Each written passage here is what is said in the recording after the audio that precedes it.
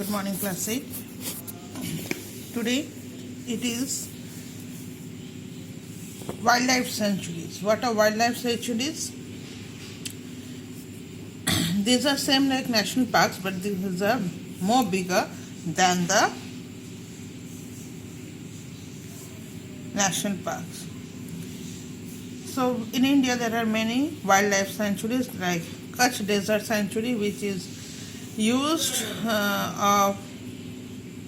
this desert is composed of saline desert where thousands of flamingos nest and breed in the world famous flamingo city. Here the flamingo city has been made. It is the home of national resident of migratory birds including raptors and Nicobar bustard. Wild Ant Sanctuary. This is a sanctuary which is situated near the little run of Kutch and is near the district of, it is a district near Gujarat. It is famous for its wild ass population. Here wild asses are preserved. Then it is Anama Wild National Park Sanctuary. It is located in Western Ghat of Tamil Nadu. It is also known as Indira Gandhi National Park, and this sanctuary is preservers of nature. It includes gaur, panther, elephant, sloth bear, etc. Birds like rocket-tailed drongo is found here. Red tree pie, whiskered bulbul, spotted doe, black-headed oriole pigeon. These are all found in this reservoir. Here, lots of crocodiles are also preserved. Chilka Wild National Sanctuary. It is located in Orissa and is known for its various migratory birds and also local birds like flamingo, bar-headed goose, spot-billed, pelican, spoonbill, white-billed sea eagle, Brahmini kite, open-killed stork, ibis, kingfisher, heron, egret, ghoul, thream, etc. Next is Sonai Rupai Wild National Park, situated in Assam. It is situated near the foothills of the Himalaya, which covers a large area and known for its bison and elephant. Many varieties of birds like hornbills, pelicans are also found here. Next is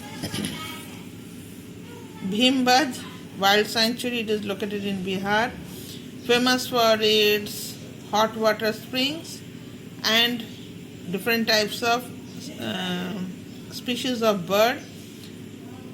This is their resident. They are not migratory birds.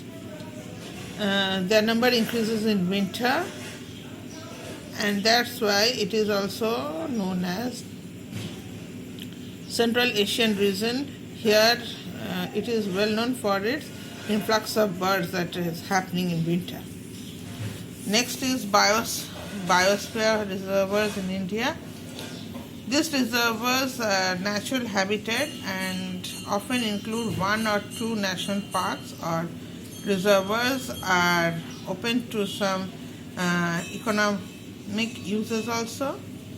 In these reservoirs, protection is given not only to the flora and fauna, that means not only the forest is looked after, but also to the local communities are there, which is used for their way of life. Biosphere reservoirs are divided into 3 zones, which plays their own role to conserve wildlife over there. Core zone, it is the legal protected zone where land and water is not distributed by human activities. The human beings are not being allowed there. The main function of this zone is to conserve the biodiversity and allow scientific researches that does not adversely affect the wildlife of this zone. Buffer zone is the area around the core zone, that surrounds the core zone, where environmental resources and creations are allowed in a manner that does not affect the wildlife. Transition zone is the area wherein human activities such as farming, grazing and other activities of the people are being allowed or permitted.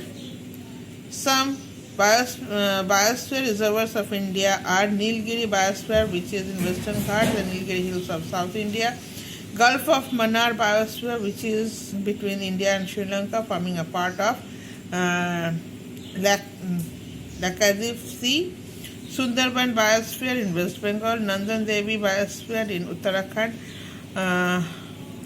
Nokrek Biosphere in the West Garo Hills of Meghalaya, Pachmari Biosphere in the Satpura range of Madhya Pradesh, Simili-Ipal Biosphere in the northeastern Orissa. Then it is